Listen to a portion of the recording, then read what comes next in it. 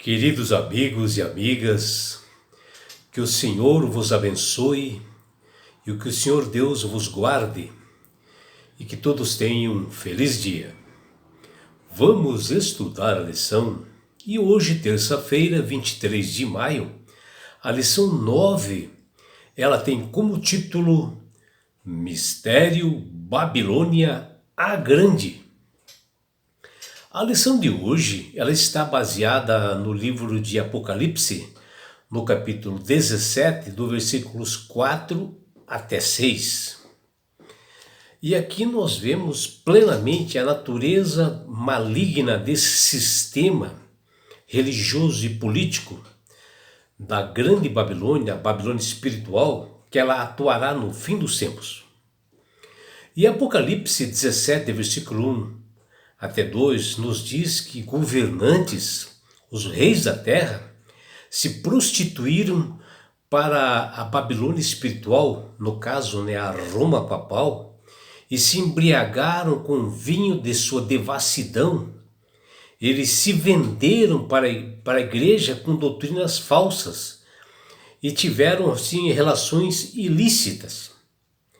É claro, que todas essas palavras de Apocalipse, ela é simbólica e tem um sentido assim figurado, que onde aqui há uma mistura entre religião e Estado que passam a perseguir aqueles que são fiéis a Cristo e que guardam seus mandamentos, E isto é bem explicado em Apocalipse 17 e todo esse poder se atuará no fim dos tempos, que está próximo agora, onde nós vimos já que no século I, Jesus ele havia fundado uma igreja verdadeira que observava os estatutos e mandamentos de Deus, guardava os mandamentos de Deus. E essa igreja, a igreja de Escarlate, que aparece em Apocalipse, a igreja falsa, ela acabou mudando, os tempos e a guarda dos mandamentos e permitiu que atuasse em todos os campos da igreja.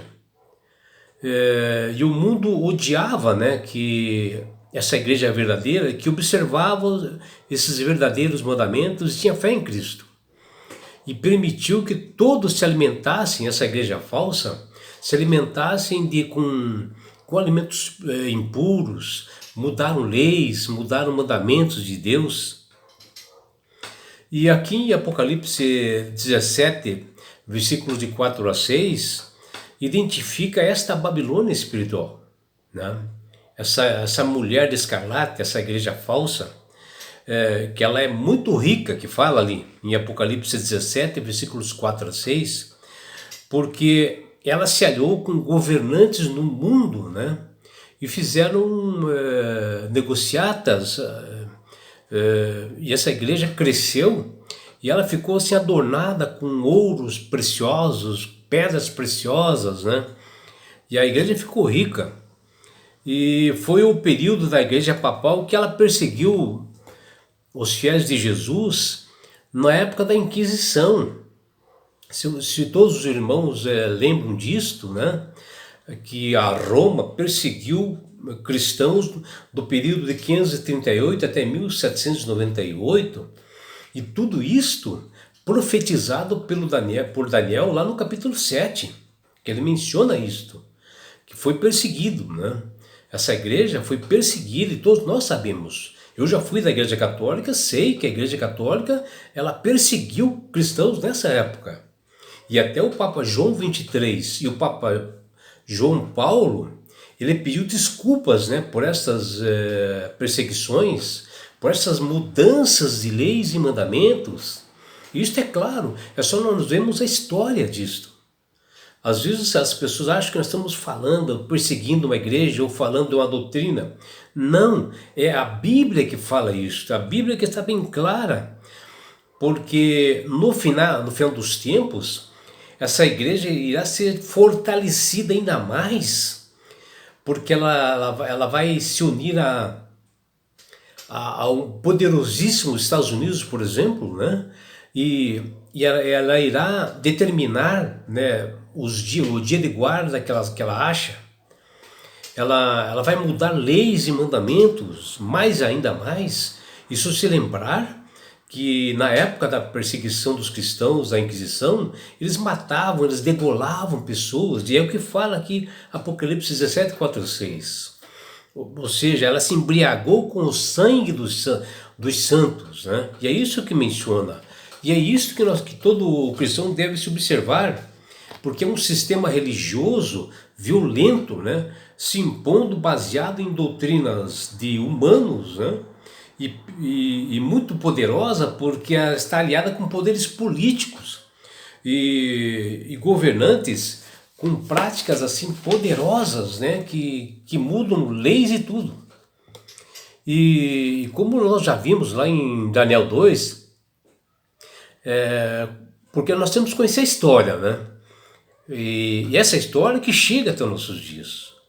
E lá em Daniel 2, possui uma sequência assim, de impérios ali que fala de Babilônia, da Medo-Pérsia, da Grécia, da Roma papal e da Roma governante, né? Que são representadas por uma estátua de ouro, prata, bronze e barro, que Daniel menciona ali, que até ele desvendou o sonho do rei Nabucodonosor, o que aconteceria com esses impérios no futuro, né? E cada material daquela estátua representava um império. É só nós lermos a história e veremos que todos esses povos passaram. E que agora estamos aí numa época de uma Roma papal, que está no fim dos tempos, ou seja, na base da estátua. E que os mesmos impérios aparecem lá em Daniel 7, por 4 animais que ele, Daniel 7, ele identifica bem, né? Que é o leão, o urso, o leopardo e o quarto animal terrível e espantoso, que o próprio Daniel fala que os impérios são esses na Bíblia. Então, esse animal espantoso é justamente Roma, né? E já no capítulo 13, mostra a besta que sobe do mar, que é a Roma papal, que nós olharmos lá e estudarmos, capítulo 13, veremos que é isto, que aparece agora no capítulo 17 novamente, com a forma de uma mulher de escarlate, uma mulher meretriz, que é mencionado claramente nesse livro. Como já vimos na lição anterior de Apocalipse 17, descreve que no tempo do fim, um sistema religioso apóstata, né, manipulado por Satanás, introduz no cristianismo essa falsa doutrina e se aliando a poderes políticos com muitos ensinamentos de idolatria, de adoração falsa, né? Dessa Babilônia que tinha antigamente, né? No Antigo Testamento, por isso que é chamada de Babilônia. Hoje é Babilônia espiritual, antigamente era a Babilônia dos caldeus, a Babilônia dos tempos do profeta Jeremias. E a Babilônia, ela era uma cidade assim, muito antiga, a Babilônia de Jeremias, é muito antiga, próspera, onde ali se instalou assim, ela foi se instalada ali depois que eles derrotaram o reino de Judá, e eles expulsaram quase todos os judeus dali, cujos guerreiros que se instalaram lá foram os caldeus, e o imperador era o Nabucodonosor. E no livro de Gênesis menciona que a localização da Babilônia, que era na planície de Sinar, uma região na parte sul da Mesopotâmia, onde hoje é o Iraque. E na Babilônia foi construída assim uma famosa torre, vocês devem lembrar disso, um símbolo da heresia, da autossuficiência, de um povo assim perverso que pretendia através dessa torre tirar o lugar de Deus e mandar no mundo, que eles erigiram esta torre para a glória deles. E Deus confundiu a língua deles, que mostra lá em Gênesis capítulo 11, versículo 9. E a Babilônia dos tempos do rei Nabonido se tornou assim um símbolo de um período de degradação moral, de adoração a deuses, a natureza, a animais, uma promiscuidade sexual, onde até existia a deusa do amor e protetora daquela cidade. E é por isso que Apocalipse 17 compara aquela Babilônia, a Babilônia que está hoje, que é a Babilônia espiritual. E agora no capítulo 17, esta mulher de escarlate, e no caso a igreja falsa, aparece ali como uma prostituta, né, em Apocalipse, devido à sua atuação, que ela é chamada e identificada como a Babilônia espiritual, a Babilônia mística, né, do tempo do fim, a Babilônia maligna, que ela é descrita, que ela está embriagada com o sangue dos santos das testemunhas de Jesus, que fala em Apocalipse 17:6. E aqui quando fala embriagada com o sangue dos santos, porque foi no período de 538 depois de Cristo até 1798 depois de Cristo, que a Roma papal perseguiu muitos fiéis cristãos, que foi o tempo da Inquisição, com muitas mortes, né, com mortes horríveis, pessoas degoladas, pessoas queimadas, pessoas crucificadas, e esta igreja matou pessoas de todas as formas e fez tudo isso com poderes políticos aliados a ela. E agora, no tempo do fim, não será diferente, será muito pior. E o apóstolo João fala em Apocalipse 17:4, em sua visão, e olha o que ele diz. E a mulher estava vestida de púrpura, de escarlata, e adornada com ouro, pedras preciosas e pérolas, e tinha em sua mão um cálice de ouro, cheio de abominações da imundícia da sua fornicação. Ou seja, aqui quando fala ouro, então é uma igreja rica. E só para nós vermos qual é a igreja rica no mundo hoje. E aqui quando fala um cálice de ouro em suas mãos, cheio de abominações, são pessoas da igreja que se apostataram também e se tomaram desse vinho, se aliaram a esta igreja falsa, que acham até que eles tinham uma fé pura e que se alia a esta igreja falsa, a igreja meretriz.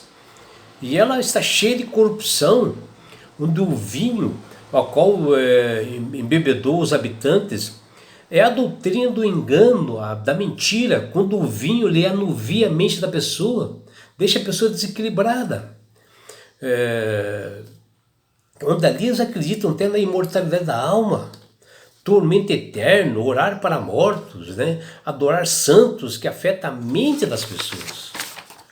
E vejam, João vê que nesta testa dessa mulher, que está ali em Apocalipse 17:5, veja o que está escrito ali, ó. Babilônia, a grande, a mãe das meretrizes e das abominações.